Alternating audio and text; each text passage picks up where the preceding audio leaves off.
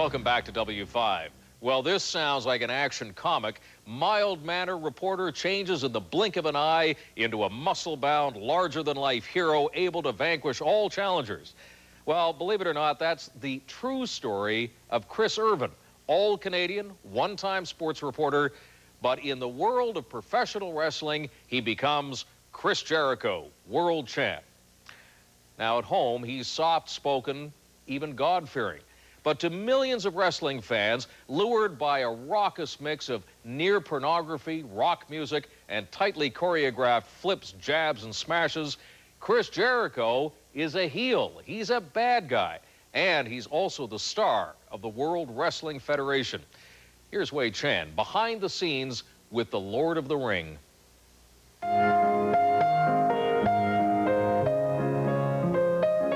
It's perhaps the trashiest of ballets, the most violent of operas, and it's as popular as tank tops in a beer tent. And for now, the man at the top is this guy. The undisputed World Wrestling Federation champion, Chris Jericho! Obviously, Jericho has invested in 31-year-old Chris Jericho is the Ayatollah of rock and rolla in the one-ring circus known as the WWF. He's mean. He's cocky, and oh yeah, he's from Winnipeg. Chris Jericho is the WWF's undisputed champion, launching him into the stratosphere of one of the most watched quasi-sports out there. I want to be the most sniveling, cowardly, stab you in the back, but shake you in the hand, Eddie Haskell, jackass that I can be. You know, and if I can do that, then I'm doing my job right. Wrestling is alive and well in Canada. Jeff Merrick is a Toronto sports announcer and has followed wrestling since he was 8. Chris Jericho is easily one of the most charismatic, entertaining, and talented wrestlers this or any other country's ever produced. In the 70s and 80s, wrestling was either in the Olympics or this kind of stuff. Low-budget, locally produced shows featuring local giants who beat on the same guys every week. That'll clear your sinuses in a hurry. Nowadays, it's a spectacle with more than 700 lights, 300 fireworks, and up to 9 photographers, plus phony ones that stand near the ring just for show. Jericho's WWF bio says he's 6 foot, but he's closer to 5'10". So how does a smallish hard rock fan from Winnipeg get here? His real name is Chris Irvin, and he's more than a musclehead who can suplex, slam, and subdue men the size of Hondas. Chris Irvin is just a friendly guy, but also a private guy. Just happy to be at home and with his family. But once again, I'll always have that drive to keep succeeding and keep creating, because that's what I do. That's what I'm about. Chris's roots were sown right here, north of the border in Winnipeg, where most kids dream about the NHL, not the WWF. This is where Ted Irvin taught his son to skate. He loves hockey, absolutely loves it, but he didn't have the ability as a youngster. We took him to wrestling when he was 12 or 13. And you could see his imagination start to go then. When he was 15 or 16, he started pushing weights. And when he was 16 or 17, he said, I want to try it. Wrestling had all the athleticism and the hard hitting of a good hockey game, but it had the different personalities and characters that you could really latch onto and get into. Irvin was actually born in the U.S., but grew up in Winnipeg. He was born in New York because his father was busy being a sports star himself. Irvin played 10 seasons in the NHL as a big forward for the New York Rangers. He earned a reputation as a tough guy. His son now assumes that role, although his tough guy image is a bit more, well, gonna give you an actual Y2J beating that you will never here goes. ever forget. There's two different people in there, and Chris is right now a complete jerk. You mean Chris Jericho? Yes, and Chris, the son, is a wonderful young human being. And Ted Irvin sometimes finds it hard to avoid getting wrapped up in his son's job. Once at a wrestling match, when a group of guys started heckling Chris, Dad's hockey side took over, and he challenged them to a fight.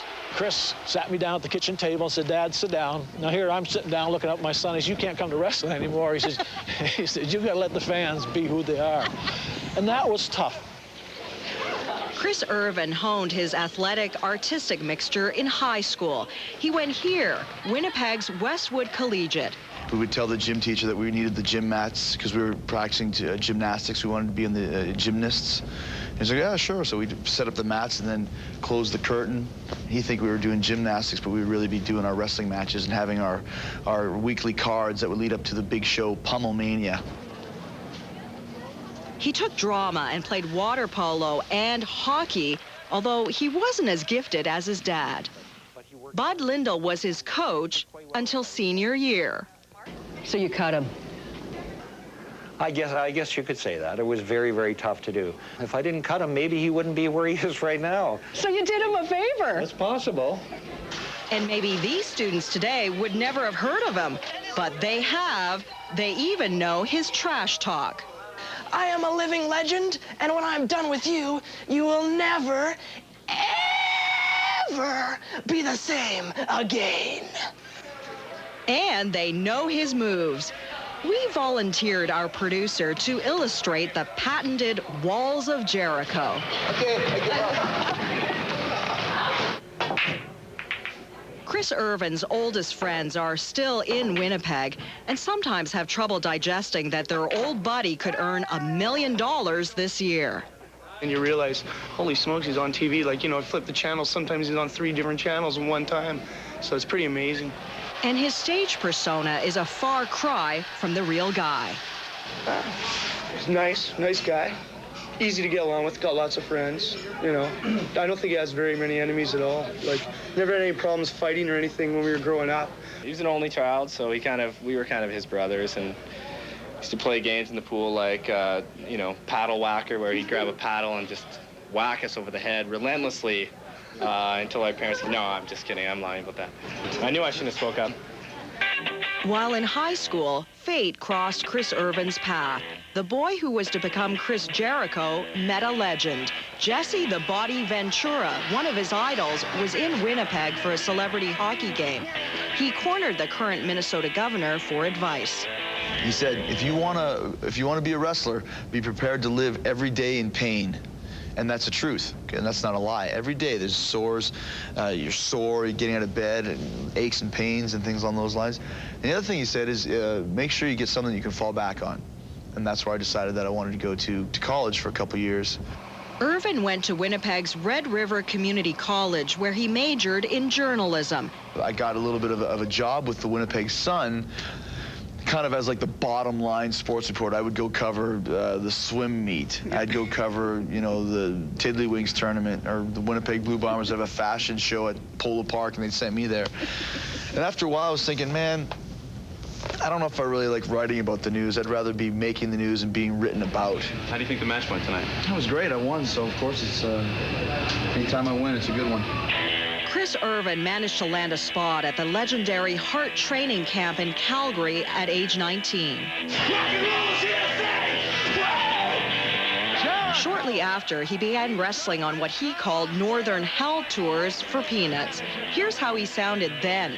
And I'm ready to challenge any single one of them at any time, right here for all their belts, because I know I can get the best of them. Yeah! All right, there you have it, the Lionheart Chris Jericho. WrestleMania, there'll be, you know, 67,000, 60 whatever thousand people there. You know, that's 1,000 trillion times easier than working in front of single number digit crowds. How come? Because you can see every person there, and every guy's sitting there, oh, come on. You know, God, this is boring, you know. Come on. Adam Copeland from Toronto plays WWF star Edge. He met Chris on those hell tours. From sleeping on blue mats in the middle of Oxford House, Manitoba, and then to come to Chicago tonight and wrestle in front of 15,000 screaming people, it's just a really cool feeling. So who's watching Jericho in the fictional world of body slams? Yeah, welcome back to the program. Jeff Merrick hosts a Toronto radio show on wrestling. A lot of people will never admit that they're wrestling fans because it is something that polarizes you and puts you in a very specific category, a very defined, knuckle-dragging, shaved-ape kind of category. But the WWF claims the trashy stereotypes are dated and new fans are as smart and wealthy as the average American, if not more so.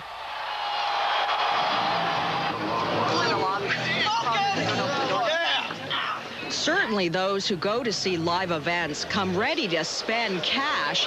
43, it just went up. Tickets run about $33 US, but one study found that 2 out of 5 fans spend about $100 extra on merchandise. How much money did you spend? $129. $205. Too much money. Whoever the fans are, they sure watch a lot of TV. Raw and SmackDown, its 2 biggest shows, average between 4 and 5 million viewers weekly, and 1 million viewers in Canada. You can feel the momentum beginning to build here. However, ratings and attendance dropped severely last year, at least in the U.S. In Canada, they stayed high. But profits were down almost 50%, and insiders say fans were tired of the storylines. That might have paved the way for a little guy from Canada to become champ. I love making people hate me. So you like the boos when you walk into an arena? No, I love it. I mean, and whether it's a Jericho sucks or a little bit more of kind of that old-time boo, throw things, try and jump over the guardrail to get me. I mean, that's great. I don't really like Chris Jericho, so I just think he's a jerk, so I put Y2 jerk on my sign. Here's something you don't see every day. An Olympic hero with no neck and a ridiculous giant with no testicles. I don't know if anyone loves playing the bad guy as much as I do, but Chris Jericho probably comes close. Stephanie McMahon is a WWF character, administrator, and the daughter of WWF owner Vince. I think that the males in our audience can really relate to Chris because he's a regular-sized guy. And so they think that they could be that cocky, you know, wise guy, and it really works very well from a marketing standpoint. Jericho certainly a cocky, arrogant, somewhat conceited egoholic. Last year, the WWF took over its rival, and in December, Jericho became the undisputed world champion by beating both champs. And in true wrestling panache, even that was controversial. He was actually pinned, but the referee was conveniently unconscious. You might not like how it went down, but Y2J is the first undisputed champion. My God, this is not right. Is it fake? You betcha. Gone are the days where wrestlers stiffened at the suggestion. Now they admit it's a well-choreographed soap opera starring actors with big pecs and really bad manners. How do you respond to those who think that, you know, it's too violent, too sexy, too vulgar? Wrestling is a violent form of entertainment. It's not the Blues Clues or a Barney cartoon. It's wrestling. There's violence. That's what it is. If you get into it and you get appalled by the violent antics of wrestling, then you shouldn't be watching it. When we return, I don't believe in religion. I believe in God. And if God didn't want me to be doing this, I wouldn't be doing it. But where does a super pumped WWF megastar go from here? When CTV's W5.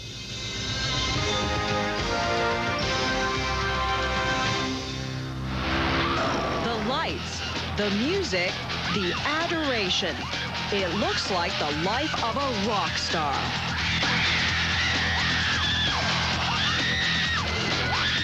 It's kind of like being a rock star, except we never get any time off. We never, I mean, we're going all year long. It's midnight, and the man people know as Chris Jericho is driving himself from Milwaukee to Chicago, a 2-hour drive. He's just spent 25 minutes in a ring being punched, kicked, and thrown by a man 6.5 feet tall. This is a fantasy-based job that we do, and we're all playing characters, playing a role, and it's very easy to get caught up in that role and live it 24 hours a day, and there's a lot of guys in the locker room who do that, and they like that. That's good for them, but for me, it's not healthy. When I leave the arena, I'm no longer Chris Jericho. I revert back to being Chris Irvin, and I like Chris Irvin. Last year, the WWF did 200 live shows. This year, it will do 350, and Chris will go to almost all of them. He's responsible for carrying his own equipment, which right now includes his championship belts. He's an independent contractor who has to pay for his own travel. He rarely has time to work out or sometimes to eat. Even right now, I'm hungry, but all that's available, McDonald's, Wendy's, you know, Waffle House, and I don't want to eat that crap, so I'll probably just not eat anything, which is even worse, but it's not the glamorous life that a lot of people think, you know. Hours after the Milwaukee show, the Chicago gig is set up. Irvin likes to sit in the stands before a show to talk to his wife or to read. It's often his only break for the day. We just go. I mean, you just go, and there is half the dressing room, half the guys on our roster right now that if they played on a professional sports team, they would be on sick leave. No one looks sick in the ring, but even if the outcomes are fixed, injuries are real. Backstage, almost everyone limps.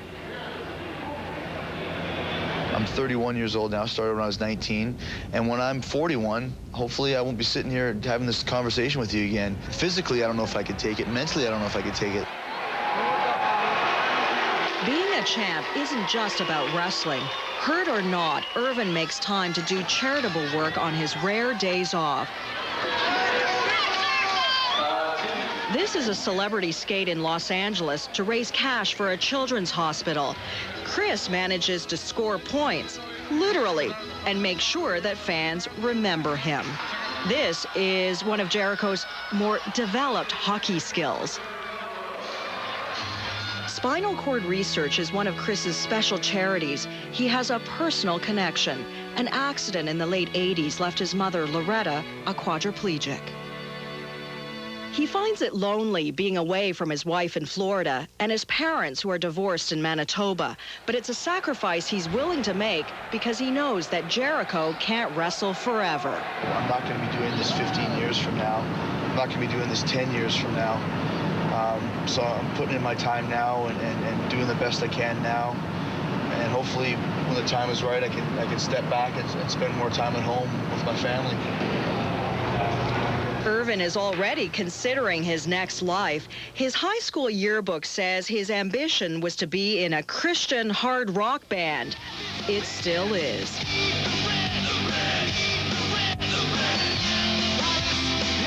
This is his hard rock band, Fozzy. It's not everyone's cup of tea, especially mainstream music critics. But Jericho knows a lot about working crowds.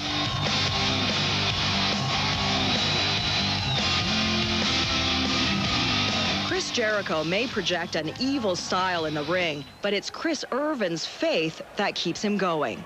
He prays before every match, thanking God for letting him live a dream as the Lord of the Ring. I don't believe in religion. I believe in God. And if God didn't want me to be doing this, I wouldn't be doing it. But I love entertaining people, you know, and that's why I chose this job, and that's why I chose this life. And it's not easy. It's very, very difficult. And if anything, you know, when we come to your town and put on a show, and if you like it, you know, let us know, cheer, because it's not easy. Now, Chris Jericho's title, undisputed WWF champion, is on the line later this month at WrestleMania in Toronto. We'll be right back.